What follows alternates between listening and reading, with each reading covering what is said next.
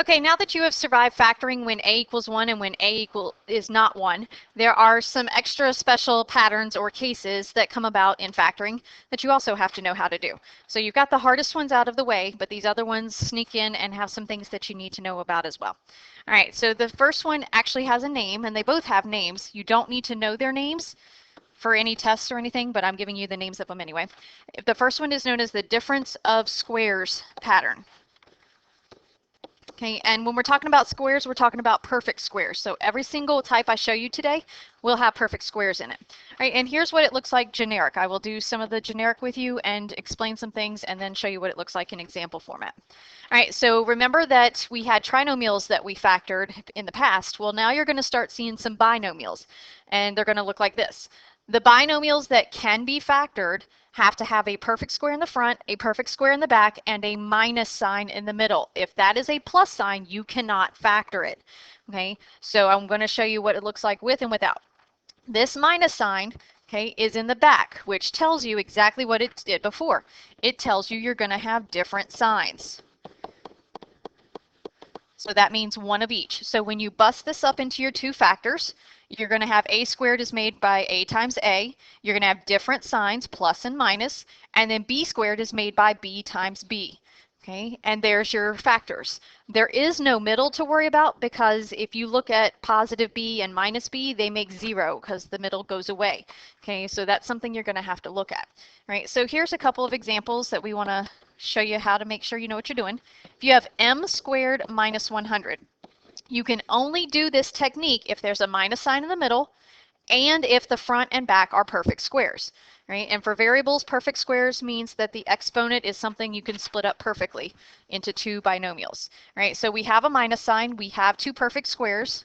So when we go to set this up, you're going to have the m in the front of each one. You're going to have a plus and a minus, and 100 is made by 10 times 10.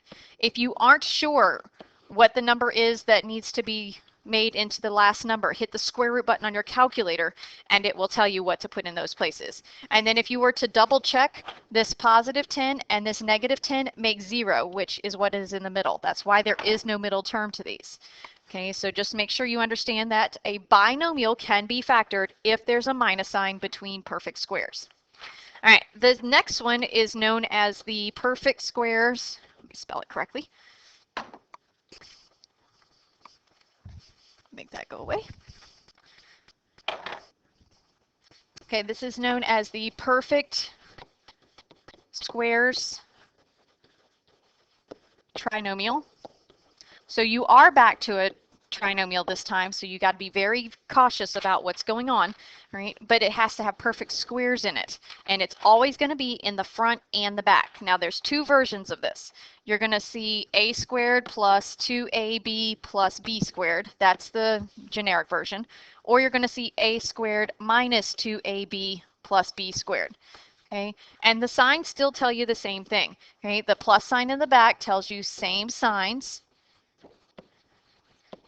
and the plus sign in the front on this one tells you both are plus. Say over here, plus in the back, same signs. Minus in the front tells you both are minus.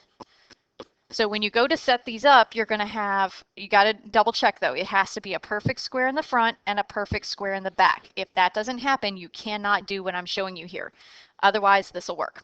All right, so we've got to have an a in the front, okay, and then because both signs are positive, plus plus, and then a b in the back. Okay, now you can write it this way and I will give you complete credit for it, or if you want to shorten it, you can write a plus b with a squared behind it. Both of those are the exact same answer, right? Pick one of them to write and only write one of them. Don't give me both of them. Right? And then over here, you still are going to have two factors, a and a. This time, though, both of your signs are minus, and then b squared is made by b and b. You do not have to worry about the middle because the middle works itself out. If you were to FOIL it, you would see that that middle would happen. Okay? You just have to trust that if there's a perfect square in the front and the back, okay, then that's how the middle is going to happen. And again, this one can be written two ways, a minus b squared. Okay, so those are all the special cases, these three that we're looking at. I do want to give you some examples on this last one, and then we'll kind of put all of this together that we've been working on. and I'll give you a checklist to go through to help you cycle through what you're looking at. So if you have 16y squared plus 24y plus 9, okay, remember that you can only do one of these special cases if there is a perfect square in the front and in the back. 16 and 9 are both perfect squares, and so is y squared. Do not worry about the 24 in the middle. It works itself out. Okay, you do need two binomials. Okay, and you're going to have a plus and a plus in the middle, so that's the easy part to take care of. Now, what you want to ask yourself is, how do I get 16y squared? Well, if you take the square root of 16, that's 4, and if you split the y squared up, you're going to have 4y here and 4y here. Okay, and then if you take the square root of 9, it's 3, so you're going to have plus 3 and plus 3. So you can write it like that, or you can write 4y plus 3 squared. Okay, I will take either one. Okay, you just figure out what works best for you and know that that's exactly what's happening. Okay, and the second example is going to show you what the other type looks like. If you have x squared minus 4x plus 4, okay, then you're going to start splitting it up. Now, if you didn't recognize that there were perfect squares and you tried to say, okay, well, what multiplies to make 4 and adds to make 4, you're still going to get it right. Right, so it will come out and work for you in this case, but that's only when the a is 1. So just be super cautious. Save yourself some time though, and check and see if you have perfect squares. Since we do, it's going to be an x and an x, a minus and a minus. 4 square root of 4 is 2, so 2 and 2. Or you can write x minus 2 squared. So these are the special cases that you're now going to have to deal with in addition to all the other types of factoring that we've been doing.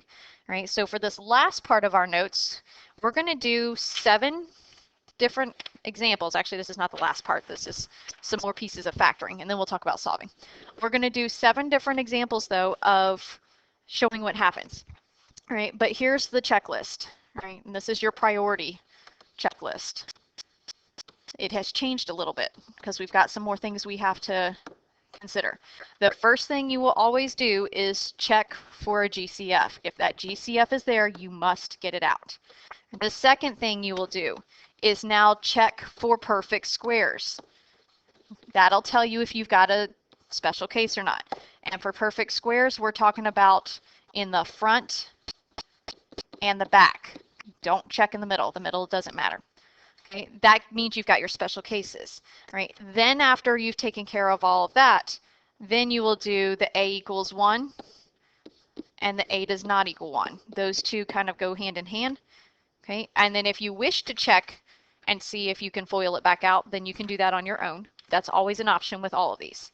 All right, so let's take a look at some of the examples I'm going to show you, and hopefully you'll be catching on to the point where you won't feel so lost or overwhelmed. All right, so here's the first one. Okay, we have a binomial, and it's got a minus sign in between it. So because there is a minus sign, that means it's doable. If there was a plus sign, we wouldn't even need to look at the rest of it. All right, so GCF, there's not one. Perfect squares. Are x squared and 225 perfect squares? Yes. So that means we can break this down into the perfect square cases. X squared is made by x and x. A minus sign tells you different signs, so plus and minus. The square root of 225 is 15 and 15. So there's your answer. Okay, so that's factoring a binomial that has perfect squares in it. All right, so let's take a look at another one. If we have x squared plus 10x plus 25. Okay, you look for a GCF first. There's not one. Okay, so then we look for perfect squares in the front and the back. X squared is a perfect square, and so is 25. So we know this is doable. So we start going with our stuff. X squared is made into x and x. Okay, plus sign in the back means signs the same. Both are plus signs. And the square root of 25 is 5 and 5. Now, if you want to see if you're doing it right with these, if you take plus 5 and plus 5, do you get plus 10? The answer is yes, so you know you've got the right stuff going. You remember, you can write this way, or you can write x plus 5 squared. I don't care which version you give me, just make sure you're giving me one of them. All right. Then let's go with this next one, w squared minus 16w plus 64. Okay, again, GCF, there's not one. Perfect squares in the front and the back, yes. 64 is a perfect square, and so is w squared. All right, so we're going to set up our binomials. We know we need same signs, and they both need to be minuses, so there's our first part. And then the square root of 64 is 8 times 8. And 8 times 8 will add to make 16, so we know we've got the right one. And again, you can shorten it to w minus 8 squared. If you know it's going to be like that to start with, you don't even have to write the two separate ones. You can go just straight to the answer. I'm okay with that. Okay, for the next one, it's going to look a little weird because it's going to look backwards to you, and that's okay. Leave it the way it is, right? So if I have 16 minus k squared, okay, both of those are perfect squares. There's a minus sign between them, which is a good thing, right? That means it can be factored, right? Do not rearrange the order because then you won't be able to do what we're getting ready to do. The order that the problem is in is the order we're going to factor it in. So we're going to set it up because those are perfect squares. There's a minus sign between them, so that means we're going to have a plus and a minus in our factors. Now the square root of 16 is 4, so 4 times 4, and that goes in the front. And then k squared splits up into k and k. Okay. So yes, it looks weird because the variable's in the back, but leave it that way. Do not mess with it in terms of switching things around. There's absolutely no reason you need to. All right, let's go to the next one. If you have 6y squared minus 24, here's where the checklist starts coming in super handy, so pay attention to what I do and say. The first question is there a GCF? And if you look at this, yes is the answer. So the GCF is 6. We're going to take that 6 out and divide everybody by 6. And that leaves us with y squared minus 4. Okay, so now we look at the binomial and ask ourselves, do we have perfect squares with a minus sign between them? And again, the answer is yes. So that means that the 6 stays in our answer, but we're going to break this binomial down into its factors. Okay, y squared is made by y times y. Minus sign means plus and minus. 4 is made by 2 times 2. And then you're finished. This answer right here can go no further, so that's your final answer. But notice how you had to take that GCF out first, or you never would have gotten to that point. Okay, so that's how important that GCF is. It's going to be super important in the process. All right, so let's look at the next one here. If we have 18 minus 2d squared, okay, again, you ask yourself, is there a GCF? And again, the answer is going to be yes on this one. The GCF is 2. Okay, so you take the 2 out, and again, you leave the order the way it is. Divide everybody by 2. 18 divided by 2 is 9. 2d squared divided by 2 is minus d squared. Then you ask yourself, do I have perfect squares with a subtraction sign between? Yes, you do. So the 2 stays outside, and you're going to break this binomial down even more. 9 is broken down into 3 and 3. You need a plus sign and a minus sign, and then you're going to split your d squared into d times d. And this whole piece, including the 2, is your answer. That GCF is always a piece of your answer. All right. And then the last one of just the plain examples before we switch to the solving piece, because you know every time you factor, you also have to know how to solve, okay, is this one. Now don't panic because all of a sudden you see a power of 4. Okay. 2s, 4s, 6s, 8s, any even number is basically going to be a perfect square when it comes down to an exponent for a variable. Okay, so just split it up equally and you'll have your factors. So do we have a GCF? No. Do we have perfect squares with a minus sign between them? Yes. So this is going to break down into 2 factors. K to the 4th power makes k squared times k squared. Okay, plus and minus. And then 16 squared is 16 is 4, so 4 times 4. Now, before you say you're done, you have to look at what you have and see, can I go further? If you look at the first factor, you still have perfect squares, but this time there's a plus sign between it. You can't break him down anymore. K squared plus 4 is as far as that will ever be able to go. Okay, because it doesn't make a binomial if you were to try and break it down. But the perfect square with a subtraction sign in it, the k squared minus 4, does break down into 2 more factors. You always factor as far as you can go. Okay, that's what's called fully factoring. So k squared is going to be k and k. You're going to have a plus and a minus, and 4 is broken down to 2 and 2. So this one particularly has 3 factors to it because one of them could have broken down further. Okay, so look for that when you get the higher exponents in your problems because chances are there's more you can do. Okay, so you'll see a couple of those that have that power of 4. Just be ready to handle them, right? And look and make sure you can't do anything more before you decide you're officially finished. Okay, and then the last section that we've always been doing is the solve by factoring section. And your checklist must still apply to this, right? It's just that after you get your factors, then you have to be able to get your solutions, right? So keep that in mind as we go through as well.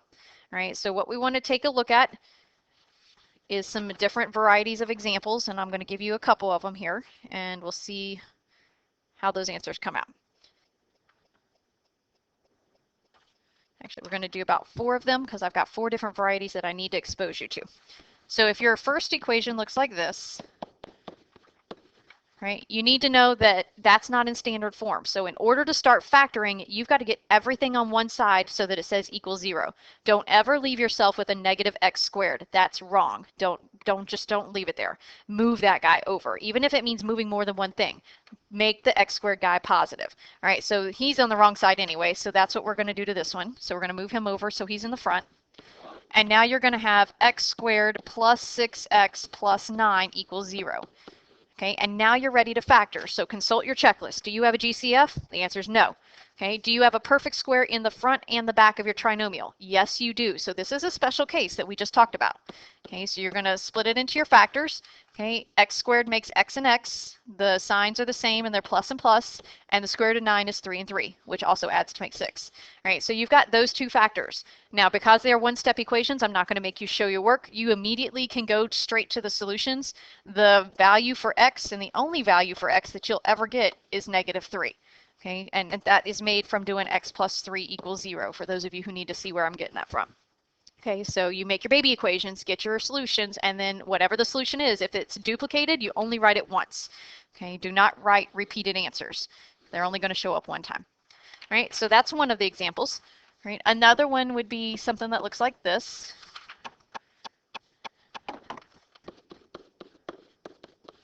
Okay, and you'll notice that they are on the same side together, right? But that's going to mess us up a little bit, especially because of the -25 in the front. So go ahead and put it in standard form, and the only thing you have to do is rewrite it, only because it's on the same side that you can do that. Okay, so the order in this one is going to help us out a little bit more and make it a little easier for us. Otherwise, right, some of you may mess up on the signs, and I'd rather you play it safe than sorry. So at this point, you want to ask yourself, is there GCF? The answer is no. Is there perfect squares with a minus sign between them? Yes. So that means you're going to break it into your binomials. Okay, x and x, minus sign means different signs. 25 is made from 5 times 5. So there are your factors. Now get your solution. So do your two baby equations, and you should be able to handle this in your head. Your two solutions would be -5 and +5. Okay, and those would be the only solutions you have. All right, for 3 and 4, these are the last two I'll show you, and then we'll let you practice away. If you have -4y squared plus 24y minus 36 equals 0. Okay, everything's in standard form. That's good to go. So we're ready to start factoring and see what happens. All right, first thing you want to do is ask yourself, is there a GCF? And the answer is yes.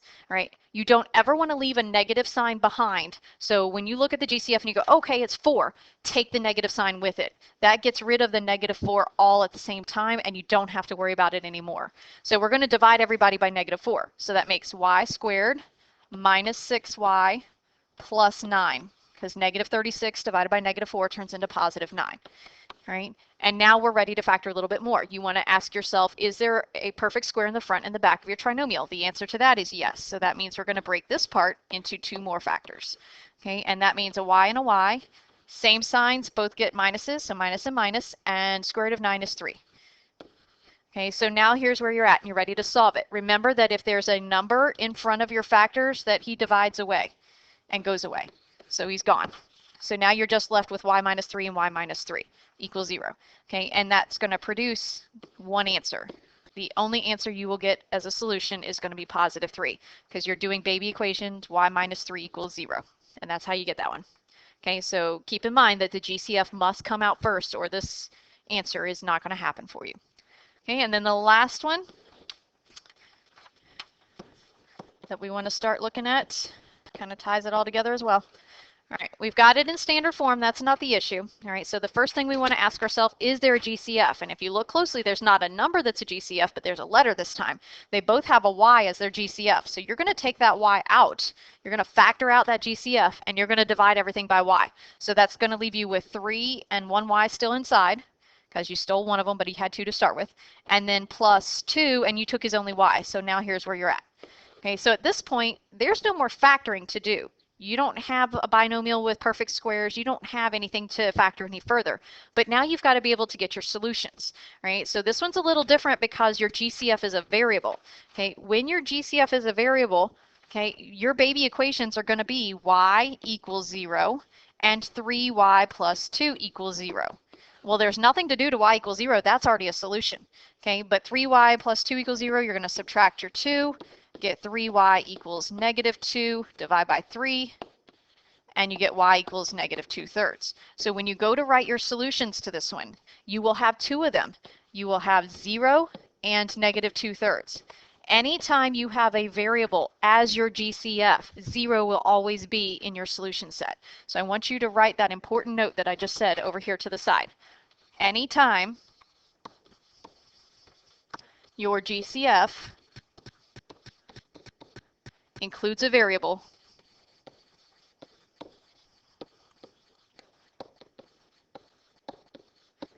zero will be one of your solutions.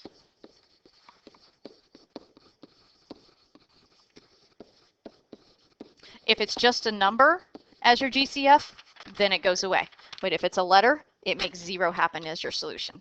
All right, so this is the rest of the factoring cases, and we'll keep practicing some more in another class, but I want you to know that these are the special cases that'll keep sneaking in on us, and this is where you have to change your checklist a little bit and now throw in that perfect square piece. All right, so use these notes and examples to help you complete your homework, and then when you come to class next time, we'll take and see what questions you still have and where I need to go back and clean up a little bit that you don't understand.